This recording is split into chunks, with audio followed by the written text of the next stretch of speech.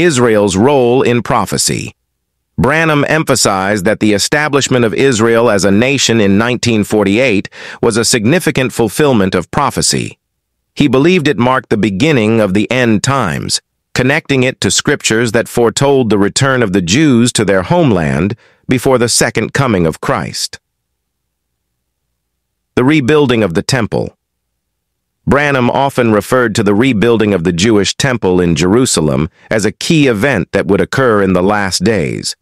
He linked it to the prophecies in Daniel and Revelation, which described the temple's importance in end-time events. He believed that once the temple was rebuilt, it would play a role in the rise of the Antichrist and the eventual return of Christ. End times. For Branham, Israel was at the center of God's plan for the end times. He believed that events surrounding Israel, including the rebuilding of the temple, would trigger the final sequence of events leading to the rapture and the second coming of Christ. Branham's views on Israel and the temple are consistent with many other dispensationalist teachings.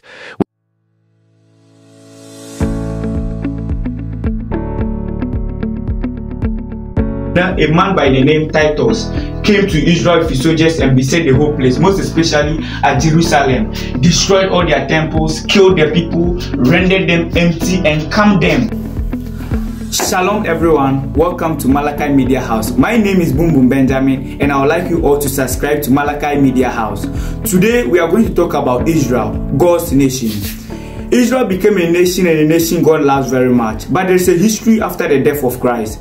96 years ago, a man by the name Titus came to Israel with his soldiers and beset the whole place, most especially at Jerusalem, destroyed all their temples, killed their people, rendered them empty, and calmed them. For a lot of years, for 3 years, till the people became tired, no food, no water, and they started showing their children. Cannibalism happened. Then within some time, when the people became tired, they found a tunnel, and that is where they escaped. Those who escaped, most of them fled to Germany and to other parts of the world. Then something special happened. When they left, this Islamic nation, the Hamas, the Gazas, they were moving from one place to another, and they came to Jerusalem and saw that the whole land was desolate. Nobody was living upon there. There they pitched their tents and they built mosques, and they built 2 major mosques on the land of Jerusalem. That's Temple Omar and the Al-Aqsa mosques. When they were able to build these mosques, they made their homes and it became a permanent place they were living. Now, while Israel, most of them were in Germany, a man by the name called Adolf Hitler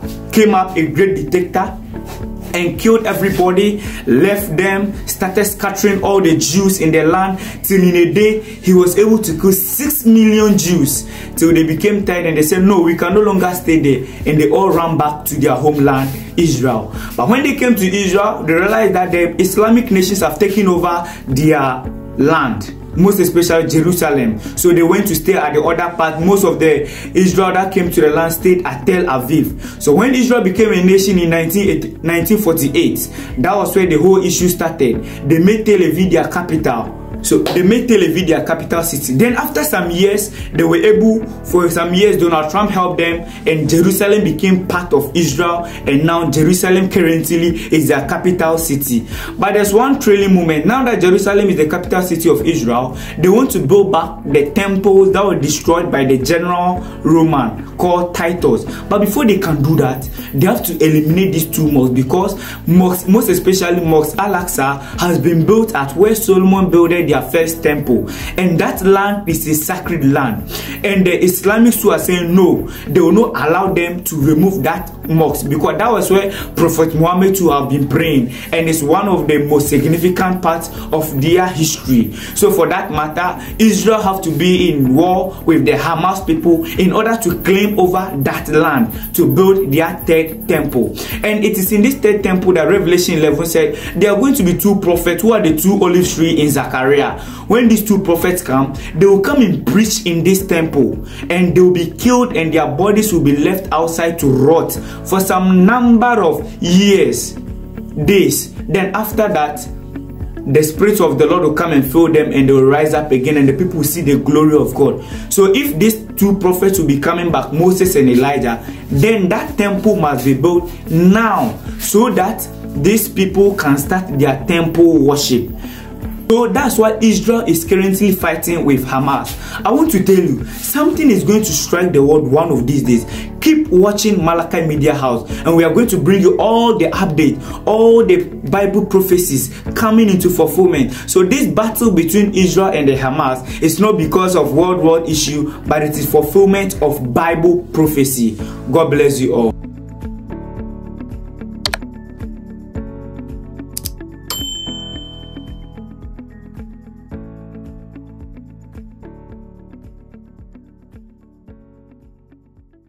We are called unto adoption, full authority and power. Sleeping saints will wake and join us for translation in that hour.